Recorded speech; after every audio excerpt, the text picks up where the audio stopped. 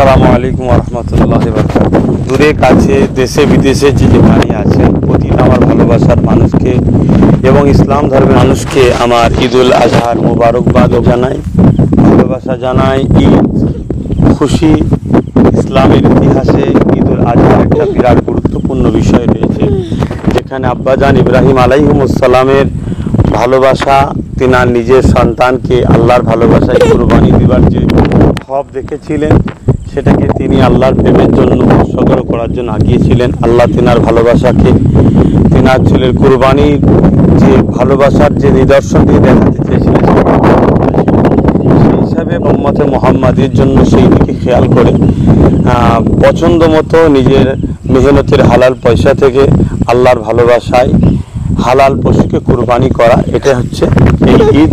কুরবানি আল্লাহর খুশির জন্য সেই জায়গাতে চেষ্টা করবেন যাতে করে লোক দেখানো না হয়, আল্লাহর খুশির জন্য করবেন, রেশারেশি যেন না হয়। এবং ওই কুরবানি যেটা সিন্নি যেটা হয় তাবারু, সেটা ভালো প্যাকেট করবেন আত্মীয় স্বজন গরিব মিসকিনকে দেওয়ার জন্য।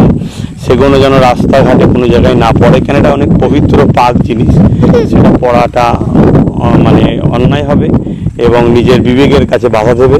পাশাপাশি এটাও বলবো, যখন আপনারা বাইকে করে কোনো অতিথির বাড়ি আত্মীয়র বাড়ি যাবেন, সেই জায়গায় যাতে রাস্তাঘাটে পড়ে না যায় সেদিকে খেয়াল রাখবেন এবং আপনারাও বাইক আস্তে সুস্থে চালাবেন, বেশি জোরে চালাবেন না, কেন অনেকে আপনার অপেক্ষায় রয়েছে, তো সেই দিকটা খেয়াল রাখবেন। দেখা যায় অনেক ভাইরা খুব স্পিডে বাইক চালায়, সেখানে অঘটন ঘটে যায়, এগুলো যেন না হয়। সময় অবশ্যই মূল্য আছে, কিন্তু জীবনের মূল্য অনেকটা বেশি, জীবনকে মূল্য দেওয়ার চেষ্টা করবেন। আরও বিষয় আছে যে কোনো শরিয়া সম্মত মশলা মশাইলের ব্যাপার, যেগুলো অবশ্যই আমরা যারা দিন ইসলামের অনুসারী মানুষ তারা জানি, সেগুলোকে পালন করবেন। আমি আরও একবার বলি, পরিষ্কার পরিচ্ছন্নতা ইসলামের একটা ইমানের একটা অঙ্গ, পরিষ্কার পরিচ্ছন্নতা বজায় রাখবেন। তারা সকলে ঈদুল আজহা খুশি হোক, আপনাদের জীবনকে খুশি আনুক এবং আপনার সকলের কুরবানিকে আল্লাহ কবুল করুক, এটাই আশা রাখবেন।